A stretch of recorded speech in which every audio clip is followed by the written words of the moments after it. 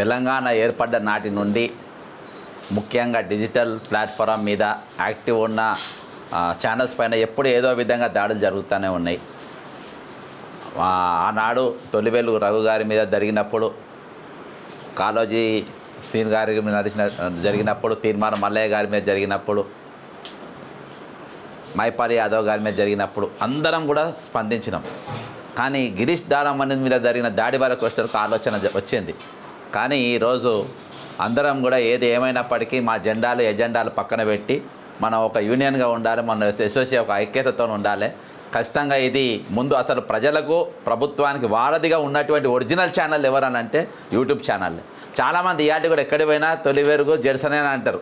మేము చాలా 1 ఇయర్కి వెళ్ళి గ్యాప్ ఉన్నా కానీ ఆ పేరు అట్లా వచ్చేసింది. అంటే ప్రభుత్వాన్ని ఒక ప్రభుత్వాన్ని మార్చే శక్తి మాకున్నది. 100% శాటిలైట్ ఛానల్ ఏంటనంటే అవి ఎటువంటి ఛానల్ అనేది అందరికీ తెలుసు. దాన్ని బతికేందో త్వరలో మేము బయట పెడతాం. అనవసరంగా కళ్ళల్లో పడ్డారు.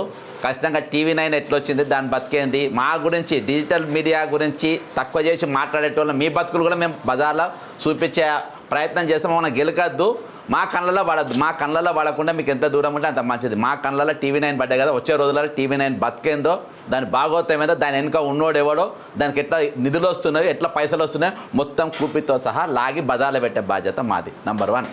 రెండవది, ఎంత పెద్దోడైనా డిజిటల్ మీడియా పైన ఆలోచన రావాలన్నా, వీళ్ళని ముట్టుకోవాలన్నా, ఎవరైనా ఆలోచన ఇంకోసారి మేము దాడి చేస్తాం అనే ప్రయత్నం చేద్దామన్నా భయపడేటట్టుగా వచ్చే రోజుల్లో వాళ్ళ పైన ఉంటుంది. వారు కేంద్ర మంత్రే కానీ, ముఖ్యమంత్రే కానీ తోక ఛానల్ అంటారు, గొట్టాలంటారు, ఇంకేమో అంటారు.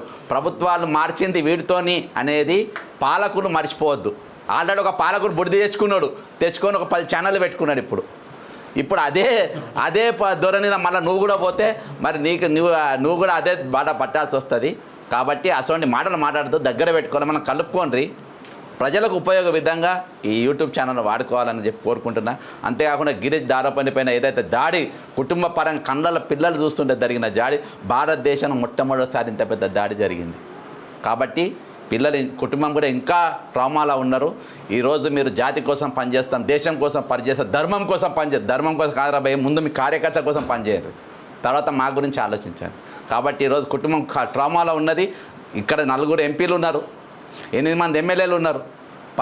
8 మంది ఎంపీలు, 8 మంది ఎమ్మెల్యేలు ఏమో ఉన్నారు. వాళ్ళు ఇప్పటిదాకా కూడా వచ్చి పరామర్శించిన గతి లేదు. ఈరోజు మీరు ఇంకా పెద్ద మాటలు మాట్లాడతారు. కాబట్టి ముందు వచ్చి ఆ కుటుంబాన్ని పరామర్శించే ఆలోచన మీరు చేయాలని చెప్పి కోరుకుంటున్నా. అంతేకాకుండా బేషరతుగా బండి సంజయ్ నువ్వు అటాక్ చేయించినావు, ఇలా డౌటే లేదు. నువ్వు వచ్చి బేషరతుగా క్షమాపణ చెప్పాలి. Thank you.